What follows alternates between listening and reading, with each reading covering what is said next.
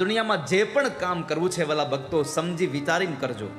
વિચારા વગરનું કરશો તો એકના એક સમય તમને પછતાવો થશે ને થશે, એમાં સંશય નથી ક્યારેય પણ. વિચારીને કરજો. જીવનમાં બે અવસ્થામાં ખાસ સાવધાન રહેવું. એક, અતિશય તમે આનંદમાં હોવ ત્યારે તમારે સાવધાન થઈ જવું, અને એક, તમે અતિશય દુઃખમાં હોવ ત્યારે સાવધાન થઈ જવું. આ બે અવસ્થામાં અત્યંત સાવધાન રહેજો વાલા ભક્તો. કેમ? તમે અતિશય ખુશમાં હો ને ત્યારે કોઈ દિવસ કોઈને તમારે વચન ન આપી દેવું. માણસ હરખાઈ જાય અને વચન આપી દે, ક્યારેય ના આપશો આવું. બીજું, ક્રોધમાં કોઈ નિર્ણય ન કરી લેવો ક્યારેય પણ. ક્રોધને શાંત થઈ જવા દેવો પહેલા. આ બે અવસ્થામાં ખૂબ સાવધાનથી રહેશો તો સુખી થશો વાલા ભક્તો, ખૂબ રાજી થશો. અશ્વત્થામાને પછતાવું પડ્યું કે મારાથી શું થઈ ગયું.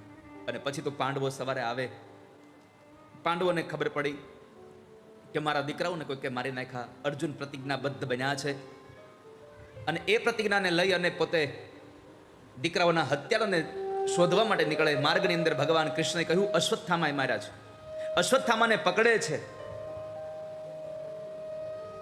અને એવા સમયે અશ્વત્થામાને એક પશુને જેમ ગાડાની પાછળ આપણે દોરીને લાવતા હોઈએ બાંધીને, એમ અર્જુન અશ્વત્થામાને દોરડાઓથી બાંધી રથની પાછળ ઢસડતા ઢસડતા લઈ આવે છે.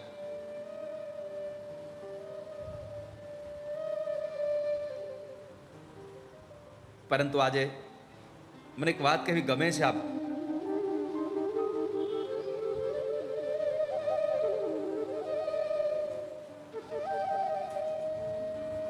જ્યારે અર્જુન અશ્વત્થામાને પકડવા જાય છે, આગળનો રથ અશ્વત્થામાનો, પાછળનો રથ અર્જુનનો છે. એક બાણ સરસંધાન કરી અને અર્જુને અશ્વત્થામાના રથને તોડી નાખ્યો. નીચે ઉતરીને અશ્વત્થામા ભાગવા માંડે છે, દોડવા લાગ્યો. ભગવાન એના રથના ઘોડાઓને તીવ્ર બનાવે છે અશ્વત્થામાને પકડવા માટે. અર્જુને ભગવાનના ખભા પર હાથ મૂકીને કીધું, કેશવ, રથ ઉભો રાખી દો, રથને ઉભો રાખો. ભગવાન કહે છે, એલા તારે આ નથી પકડવો? તારો દુશ્મન ભાગી જાય છે, તારા દીકરાનો હત્યારો વયો જાય છે, તારે એને નથી પકડવો? મારે પકડવો છે, પણ થોડી વાર તમે રથ ઉભો રાખી દો, હું રથમાંથી નીચે ઉતરી જાઉં. કેમ? તો કહે છે કે મારા શત્રુ પાસે રથ નથી, અને હું રથમાં બેસીને યુદ્ધ કરું તો મારા યુદ્ધનો ધર્મ તૂટી જાય છે. કલ્પના તો કરો, કેટલી મોટી વાત કરી કે યુદ્ધની અંદર મારા શત્રુ પાસે રથ નથી અને હું રથમાં બેસીને યુદ્ધ કરું તો મારા યુદ્ધનો ધર્મ તૂટી જાય છે. આનો અર્થ થયો, પેલા યુદ્ધની અંદર ધર્મ હતો. પેલા યુદ્ધમાં એમ લોકો ધર્મને પકડી રાખતા હતા, અને આજે ધર્મમાં યુદ્ધ ઘૂસી ગયું છે. આ કળયુગનો પ્રભાવ છે. આ ધર્મની અંદર યુદ્ધ ઘૂસી ગયા. મારે તમને એટલું કહું છે, તમે ગમે તે સંપ્રદાયને માનતા હો વાલા ભક્તો, પણ એટલું તમારા મગજમાં કોતરી રાખજો કે અંતે તો તમે સનાતન ધર્મના આશ્રિત છો, બીજું કોઈ નથી. તમે સનાતનીઓ છો. વૃક્ષની ડાળીઓ અલગ થઈ શકે, વૃક્ષના પાંદડાઓ અલગ થઈ શકે, વૃક્ષના થડ અલગ અલગ ક્યાંય જોયા નથી હજી આપણે. ક્યાંય આપણે સનાતન ધર્મના આશ્રિત છીએ. અને જેના થડ નબળા થઈ ગયા ને, એ ઉડી ગયા છે. પણ જેના થડ મજબૂત હોય, જેના મૂળ મજબૂત હોય, એવા વૃક્ષો ગમે તેવા વંટોળિયા આવ્યા તો એમાં વૃક્ષોને કઈ હાનિ થઈ નથી. માટે મારી પ્રાર્થના છે, ગમે તે સંપ્રદાયમાં તમે માનતા હો, વૈષ્ણવ સંપ્રદાયમાં માનતા હો, શૈવ સંપ્રદાયમાં માનતા હો, સ્વામિનારાયણ સંપ્રદાયમાં માનતા હો, કોઈ માતાજીના સંપ્રદાયમાં માનતા હો, આપ સૌને મારા પ્રણામ છે. પણ એટલું ચોક્કસ રાખજો કે અમે સનાતની છીએ, અમે હિન્દુ છીએ, અમે સનાતન ધર્મના આશ્રિત છીએ.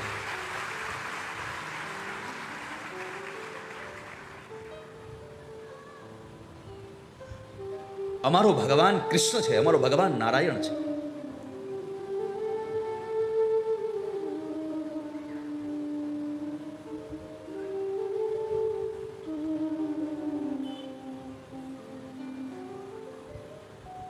યુદ્ધમાં ધર્મ હતા, આજે ધર્મમાં યુદ્ધ ઘૂસી ગયો.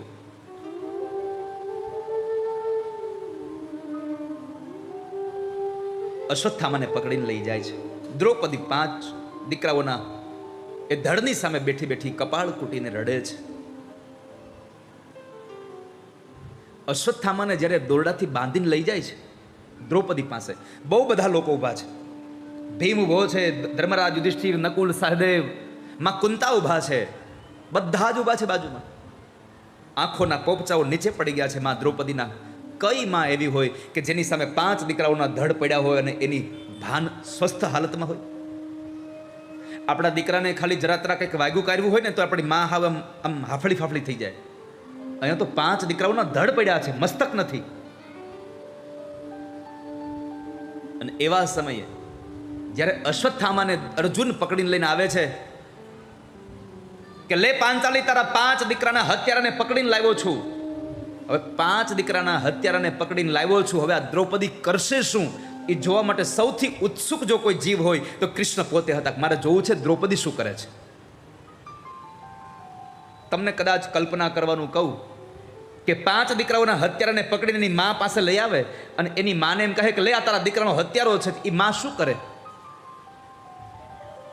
હે, આપણા સંતાનને કોઈ મારી નાખ્યું હોય અને એને કોઈ પકડીને લઈ આવે કે આ તારા દીકરાને મારી નાખવા વાળો વ્યક્તિ છે,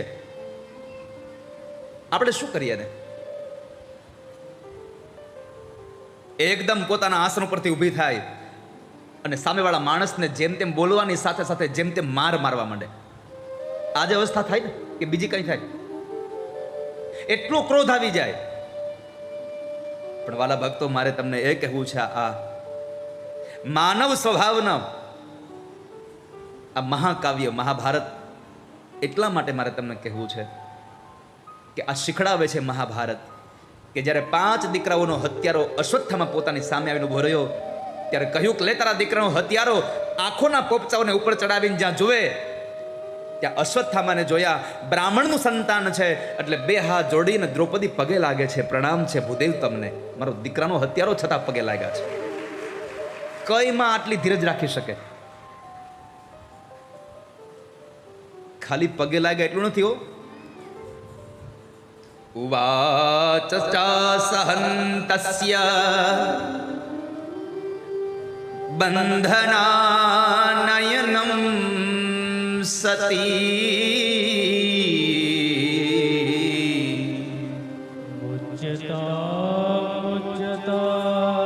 મુજ્જતામેશ બ્રાહ્મણો નિતરાં ગુરુ. બ્રાહ્મણો નિતરાં ગુરુ. પગે લાગીને એટલું કીધું, મુચ્ચતામ મુચ્ચતામ, છોડી દો આને. અર્જુન કહે છે, દ્રૌપદી શું કહો છો તમે? આ તમારા 5 દીકરાનો હત્યારો છે આ, અને તમે આને છોડી દેવાની વાત કરો છો? હા, છોડી દો. કેમ? બ્રાહ્મણ છે, બ્રાહ્મણ છે, વંદનીય છે, ને જવા દો. બ્રાહ્મણ છે એટલું નહીં, તમારા ગુરુનો દીકરો છે, જવા દો એમને. અને છેલ્લું વાક્ય દ્રૌપદીજી બોલ્યા છે, તમારા ગુરુનો દીકરો નહીં, સ્વયં તમારા ગુરુની ચેતના છે તમારી સામે, આને જવા દેવો. સ્વયેશ ભગવાન દ્રોણ પ્રજા રૂપેણ વર્તતે. આ તમારા ગુરુ એના દીકરાના રૂપની અંદર આવીને તમારી પાસે ઉભા છે, માટે કહું છું જવા દો, જવા દો, જવા દો આને. કઈ માં એવી હોય કે જે પોતાના 5 દીકરાઓના હત્યારાને એમ કહે કે તમે જવા દો, તમે છોડી દો? અને ત્યારે કૃષ્ણ ભગવાને દ્રૌપદીને નામ આપ્યું છે કૃષ્ણા. દ્રૌપદીનું જે બીજું નામ કૃષ્ણા છે એ ભગવાન કૃષ્ણએ આપ્યું છે. આ સમયે ધન્ય છે કૃષ્ણા, તમને ધન્ય છે કે તમે આટલી ધીરજ રાખી. આ દ્રૌપદીનું ઔદાર્ય છે. દ્રૌપદી એટલે બીજું કઈ નહીં, કેવલ આધ્યાત્મિક અર્થમાં દયા છે. દયાને 5 પતિ છે. દયાના 5 પતિઓ છે. જે દ્રૌપદીના 5 પતિ છે એમ અહીંયા દયાને પણ 5 પતિ છે. અને દયા એટલે આમ સમજો ને કે ધર્મનું મૂળ છે દયા, ધર્મ કો મૂલ હૈ પાપ મૂલ અભિમાન, તુલસી દયા ન છાંડીએ જબ લગ ઘટ મેં પ્રાણ. આ સંસારમાં દયા છે એ ધર્મનું મૂળ છે.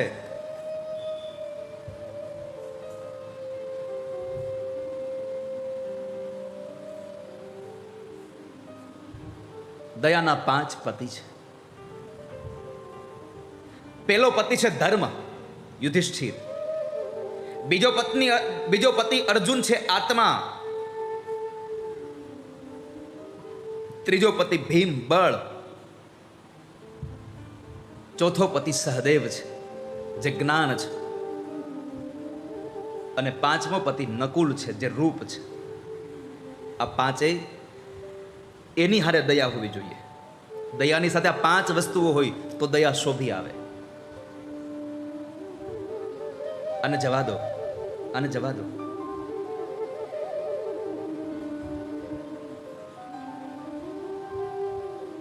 અર્જુન ચિંતામાં પડે છે. ભગવાન કૃષ્ણને પ્રશ્ન કર્યો છે, પ્રભુ શું કરું? જો મારું તો બ્રહ્મ હત્યાનો પાપ લાગે નહીં, મારું તો મારી પ્રતિજ્ઞા તૂટી જાય, કરું શું? અને જ્યારે જ્યારે આ સંસારમાં ક્યાંય રસ્તો ન મળે ત્યારે ત્યારે આપણે પરમાત્મા પાસે જઈએ છીએ, ત્યારે પ્રભુ પાસે જઈએ છીએ.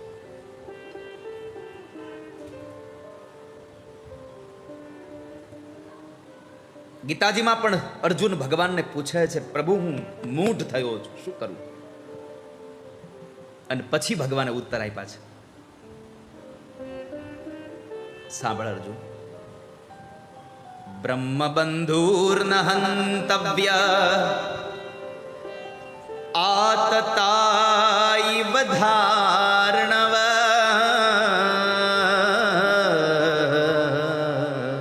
મયેવો ભયમાત્માતમ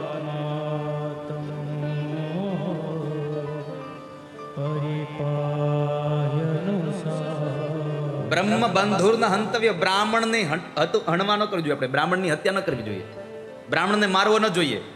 પણ ભગવાને કીધું કે અર્જુન તને ખબર છે કે બ્રાહ્મણને મારવો નહીં, એ પણ મારું વચન છે. અને આતતાઈ હોય તો બ્રાહ્મણ હોય તોય મારી દેવો. પદ્મ પુરાણમાં એમ કહ્યું છે કે આતતાઈ કોને કહેવાય? કોઈના ઘરને આગ લગાડે. કોઈના ઘરને એટલે કોઈના પરિવારમાં કોઈની વચ્ચે ભેદ કરાવે, આગ લગાડે એને. કોઈને ઝેર આપીને મારી નાખવાની યુક્તિ કરે એને. કોઈનું ધન હરી લે, કોઈની જમીન હડપી લેવી, કોઈની સ્ત્રીનું હરણ કરી લેવું, આવા વ્યક્તિઓને પદ્મપુરાણ આતતાઈ કહે છે. બ્રહ્મ બંધુર્ન હંતવ્ય આતતાઈ વધારણવ.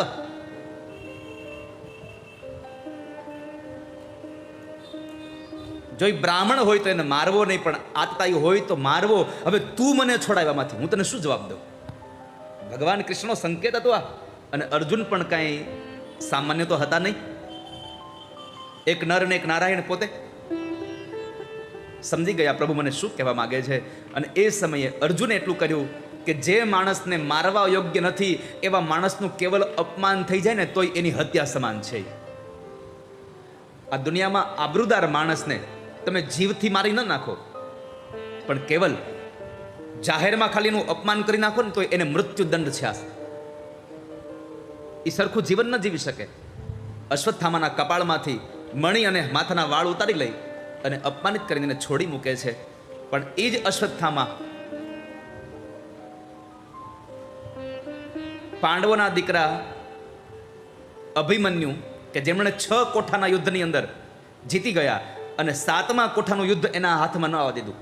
આ પણ કૃષ્ણની જ લીલા હતી. તમને ન ખબર તો કહી દઉં. 7મા કોઠાનું યુદ્ધ કેમ ના આવડ્યું અભિમન્યુને? ત્યારે સુભદ્રાજી સૂઈ ગયા. શા માટે? શા માટે સૂઈ ગયા? એક જ કારણ હતું. એક જ કારણ. ભગવાન કૃષ્ણને એક ડર હતો. કૃષ્ણને એક ડર હતો કે 7 કોઠાનું યુદ્ધ જો અભિમન્યુ જીતી જાહે તો કુરુક્ષેત્રના મેદાનના યુદ્ધની કીર્તિ મારા અર્જુનના હાથમાંથી વહી જાય. મારો અર્જુન કીર્તિ વગરનો ન થઈ જાય એટલા માટે એણે અશ્વત્થા અહીંયા અભિમન્યુને 6 કોઠા પછી 7ને કોઠે માને સુવાડી દીધા છે. મારે તમને એ જ કહેવું છે કે જેની સાથે કૃષ્ણ હોય એને આ દુનિયામાં ચિંતા કરવાની જરૂર જ નથી વાલા ભક્તો. કોઈ દિવસ જેની સાથે કૃષ્ણ હોય. અને એવા સમયે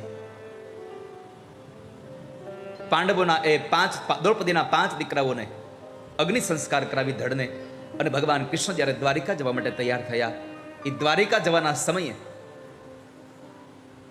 રથ તૈયાર થયો, રથના એ ઘોડાઓને તૈયાર કરીને ઊભા છે. એવા સમયે પરમાત્મા એક પગ પોતાનો રથ ઉપર એના પગથિયે રાખે અને બીજો પગ હજી ધરતી ઉપર છે. ત્યાં જ એમણે એક સ્ત્રી આવીને એનો પગ પકડે છે. અહીં રાખી દો, અહીંયા એટલે મારી હામી નજર રહી.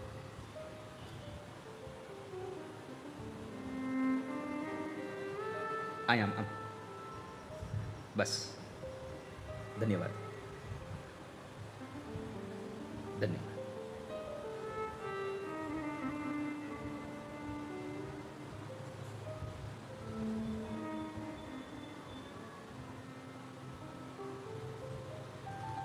એક સ્ત્રી આવીને પગ પકડે છે.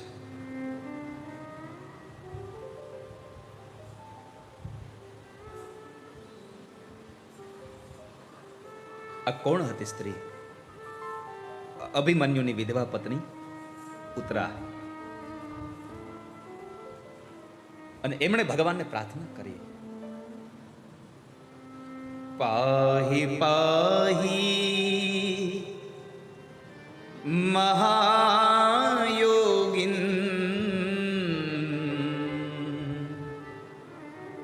દેવ દેવ જગતપતે.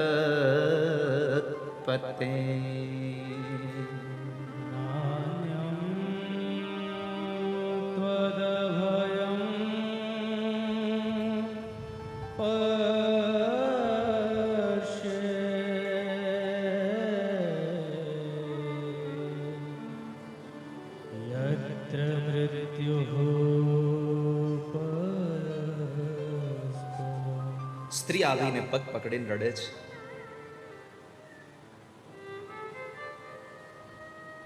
ભગવાન,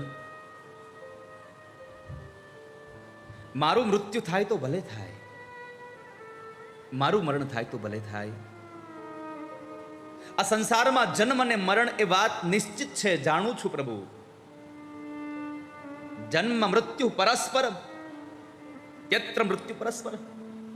આ મૃત્યુ છે સમજી શકું છું ભગવાન, પણ જન્મ પહેલા મરી જાય. મારી પ્રાર્થના છે, હું મરી જાઉં તો ભલે મરી જાઉં, મારા ઉદરમાં રહેલો એક બાળક ન મરે, એની રક્ષા કરો. મામે ગર્ભો નિપાત્યતામ, મારા ગર્ભની રક્ષા કરો.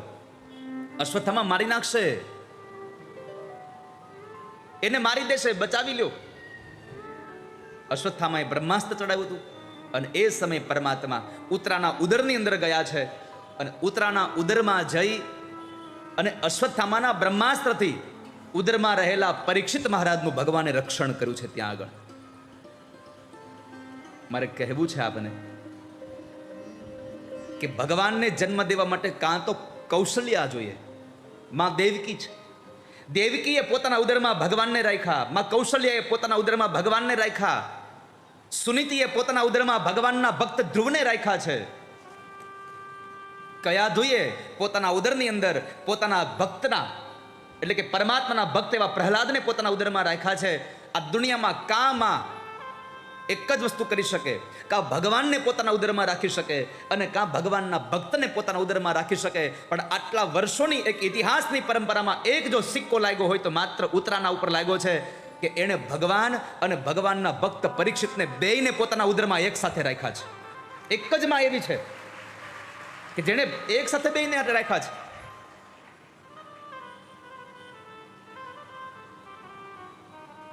પ્રભુ બચાવી દો. અને અંતે પરમાત્માએ બ્રહ્માસ્ત્રથી એમની રક્ષા કરી. બહાર આવ્યા, બહાર આવીને હજી નીકળવા જાય ત્યાં એક બીજી માયા આવી અને પ્રાર્થના કરી, કૃષ્ણાય વાસુદેવાય દેવકી નંદનાય ચ નંદ ગોપ કુમારાય ગોવિંદાય નમો. પ્રભુ રોકાઈ જાઓ. તમારી માં દેવકી કરતા વધારે ભાગ્યશાળી હું છું. રોકાઈ જાઓ. ભગવાને પૂછ્યું, ફૈબા તમે કેમ ભાગ્યશાળી છો? અને ત્યારે ફૈબાએ જવાબ આપ્યો, માં કુંતા કહે છે, પ્રભુ ભાગ્યશાળી એટલા માટે છું કે કંસના હાથે મરતા 6 દીકરાઓને તમે ન બચાવ્યા.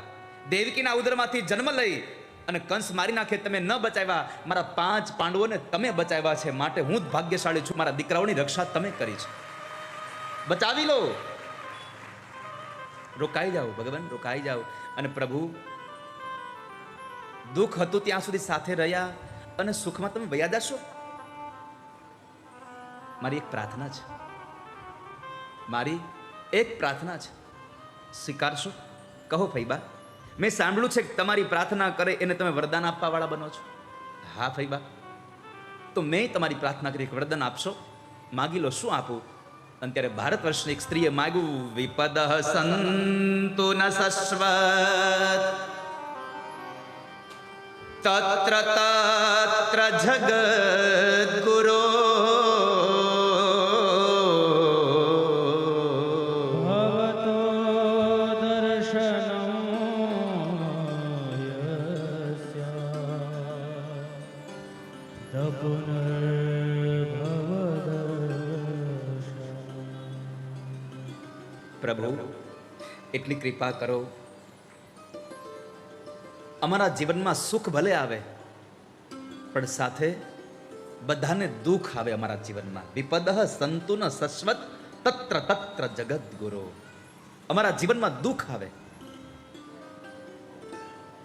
અરે ફૈબા, આ શું માંગો તમે? આ શું માંગો છો? આ સંસારનો જીવ હંમેશા મારી પાસે સુખ માંગે ને તમે દુઃખ માંગો છો? તો ફૈબાએ કહ્યું, હા પ્રભુ, દુઃખ માંગુ છું. કેમ?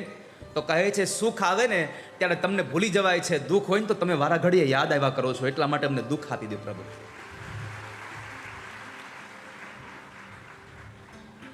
સુખમાં હું વિસરું તને, દુઃખોમાં હું યાદ કરું. મુશ્કેલી જ્યારે પડે ત્યારે તને યાદ કરું. મને જ્યારે જ્યારે મુશ્કેલી પડી છે ત્યારે ત્યારે માં, તે પ્રભુ ત્યારે તમને યાદ કરીએ છીએ. બાકી તો સુખમાં ક્યાં કોઈ યાદ કરે છે? જ્યારે સુખ આપણને મળે ત્યારે પ્રભુની કૃપા સમજજો. તમને સુખ જીવનમાં આવે ત્યારે પ્રભુની કૃપા સમજજો, અને જીવનમાં દુઃખ આવે ત્યારે પ્રભુની અતિ કૃપા સમજજો. કારણ સુખ આવે ત્યારે આપણે પ્રભુથી દૂર થઈએ છીએ અને દુઃખ આવે ત્યારે પ્રભુની નજીક જઈએ છીએ. તો જે જીવને પરમાત્મા પોતાની નજીક બોલાવવા માંગે છે એને પરમાત્મા દુઃખ આપે છે. માટે કે જો વિપદ સંતુ ન સસ્વત તત્ર તત્ર જગદ્ગુરો. હે ભગવાન, અમને દુઃખ મળે, અમે તમારી નિકટ આવીએ, તમારી નજીક આવીએ, અમે તમારી પાસે આવીએ.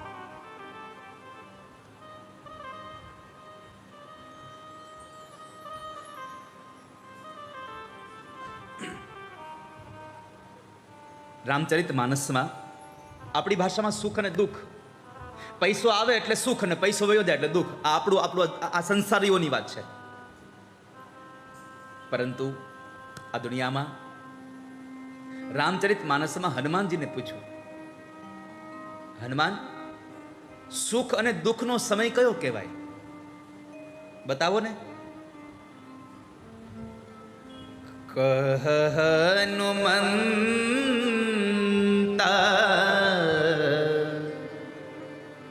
વિપતિ પ્રભુ સોઈ. એ હનુમાન, બતાવો આ સંસારમાં સુખ અને દુઃખનો સમય કયો? સુખ અને દુઃખ કોને કહેવાય? આપણા સંસારીઓનું સુખ, આપણા સંસારીઓ એમ કહે કે જ્યારે પૈસો આવે ત્યારે સુખ કહેવાય, પૈસો જતો રહે એટલે દુઃખ કહેવાય. કહ હનુમંત વિપતિ પ્રભુ સોઈ. હે હનુમાન, આ દુનિયામાં સુખ અને દુઃખ ક્યારે કહેવાય? સુખ અને દુઃખ કોને કહેવાય? તો કહે છે બાપજી, જબ તવ સુમીરન